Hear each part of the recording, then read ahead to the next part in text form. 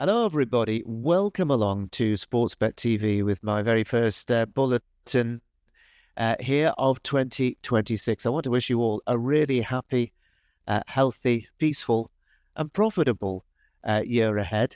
It's not been the easiest of years, 2025, for many different reasons on many different fronts, but the lack of runners particularly in the handicap races has been making it a challenge. I'm hoping that we'll have a little bit more to get our teeth into in the year ahead. We didn't have much luck over the Christmas period, but hopefully we can point you in the direction of a horse at really decent odds, I'm expecting, on Saturday. If you happen to be new to this YouTube channel, just press the subscribe button below the screen, then you'll be kept informed of every time I post something free here on Sportsbet. And if you're interested in more selections, then consider joining me at Out in Front, because really we've been having a very good run of things, particularly over the last 3 months or so, with some very nice profits indeed.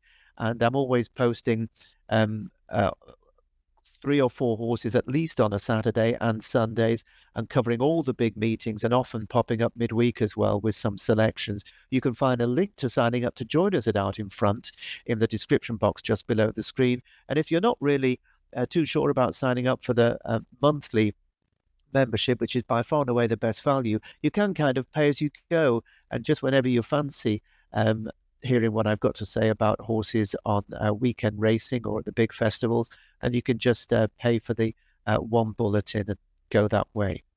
But as I say, I've got one selection for you on Saturday, and I have to say, and I'm sure you've seen it for yourselves, that Saturday's racing across Britain and Ireland is pretty dismal.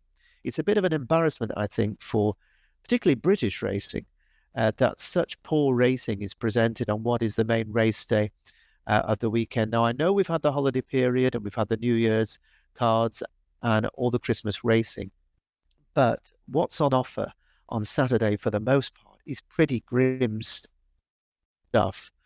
And because of that, and because I've had to focus my mind for my clients on the pick of what there is in Britain on Saturday, I'm taking you to Ireland on Saturday and to what is a fair meeting at Cork. There's going to be a cracking meeting there on Sunday. I'll have selections at Out in Front on that, a Grade 1 card for you in Ireland on Sunday.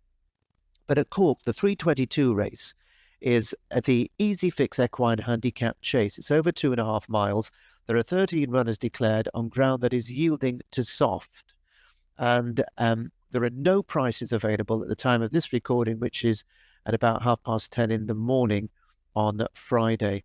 So we're kind of shooting here in the dark, but I don't think there's too much doubt that there's going to be a prominent market position for Al Khalila, trained by Stuart Crawford in the famous double green colours of Simon Wanneer and Isaac Seward. And this horse is the mount of the jockey, really, of the holiday period in Ireland, Sam Ewing, who's had a remarkable run of success.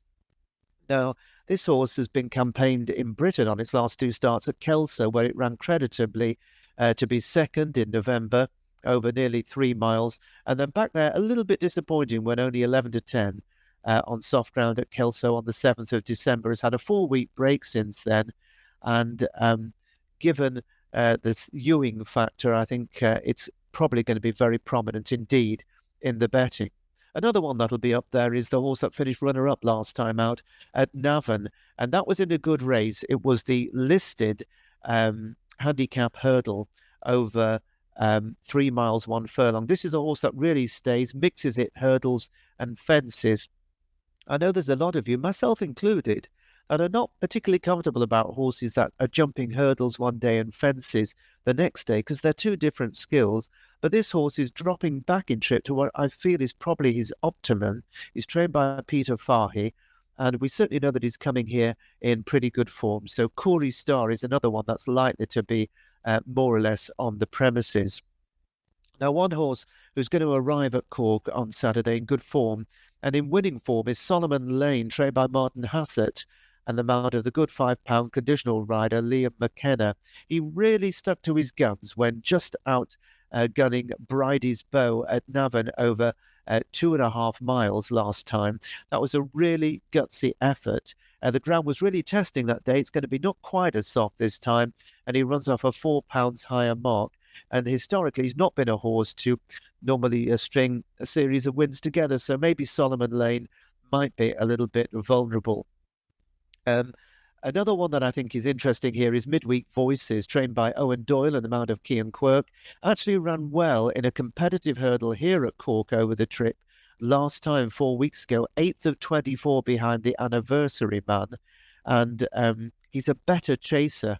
So it might be that they've been just teeing this horse up for a crack at this. That was his first run of the season. He's sure to have come on. And I think Midweek Voices is one who might not be at all far away if things drop right for him.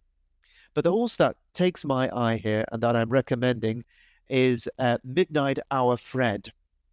Now, Midnight Hour Fred is an interesting horse. At his best, he's a really talented handicap chaser. As you may remember, at the Christmas meeting last year at Leopardstown, where he ran an absolute blinder to be second in the Paddy Power Chase behind Percival Le Gaulois. That is a much better level than this.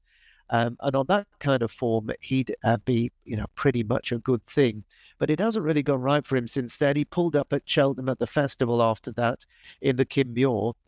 He ran pretty well first time out this season over hurdles when he was second to Wild Cork Westway.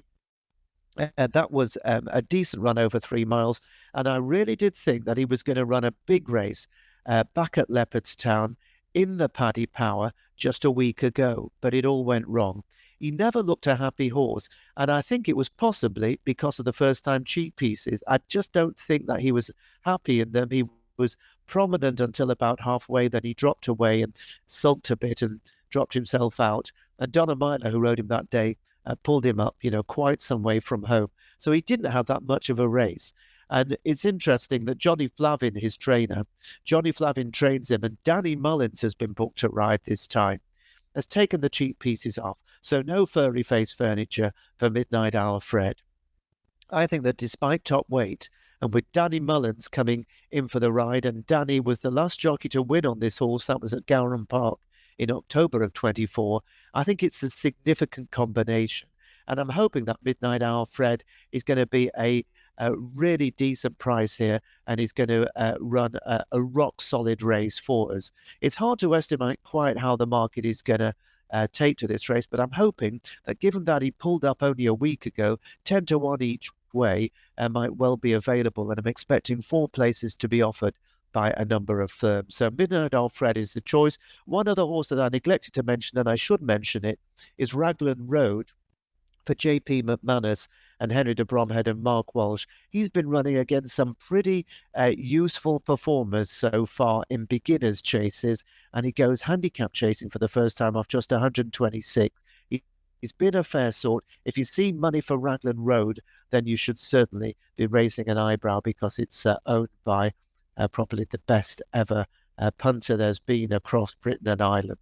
And the horse is unexposed as a handicapper. But giving him only £3, Midnight Hour Fred is my choice at Cork in the 322. Remember, if you want more tips, you can check out the link for my out in front service in the description box below this screen. But that's it for today. I wish you a very enjoyable and a warm weekend. Wrap up well. Let's hope all the racing survives the elements, and I'll be back at the same time next week. Bye-bye for now.